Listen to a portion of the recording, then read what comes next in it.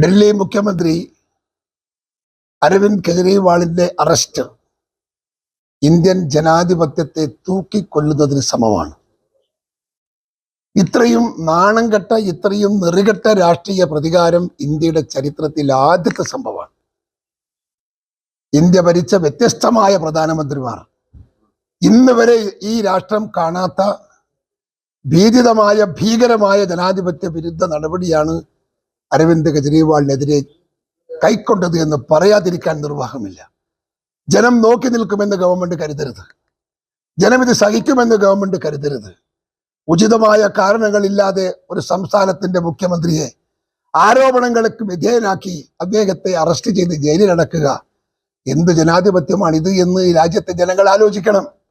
അതുകൊണ്ട് തന്നെ ഈ ജനാധിപത്യ സർക്കാർ എന്ന് അവകാശപ്പെടുന്ന മോഡിയുടെ ഏകാധിപത്യ സർക്കാരിനെ ഇല്ലാതാക്കാനുള്ള പോരാട്ടം കടുപ്പിക്കണം. ഇന്ത്യൻ നാഷണൽ കോൺഗ്രസ് അഖിലേന്ത്യാ തലത്തിൽ പ്രതിപക്ഷ രാഷ്ട്രീയ പ്രസ്ഥാനങ്ങളെ ഒരുമിച്ച് കൂട്ടി ഒറ്റക്കെട്ടായി ഇന്ത്യ രാജ്യത്ത് ഇതിനെതിരെയുള്ള പ്രതികാര ജ്വാല കത്തിക്കണമെന്ന് ഞങ്ങളൊക്കെ ആവശ്യപ്പെടുകയാണ്, ഞങ്ങൾ ആഗ്രഹിക്കുകയാണ്.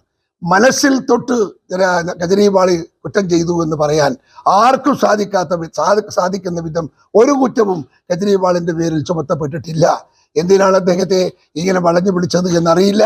ഡൽഹിയിൽ പിടിച്ചെടുക്കാനുള്ള രാഷ്ട്രീയ ലക്ഷ്യമാണ് നരേന്ദ്രമോദിയെ പ്രേരിപ്പിച്ച വികാരമെന്ന് ഞങ്ങൾ മനസ്സിലാക്കുന്നു.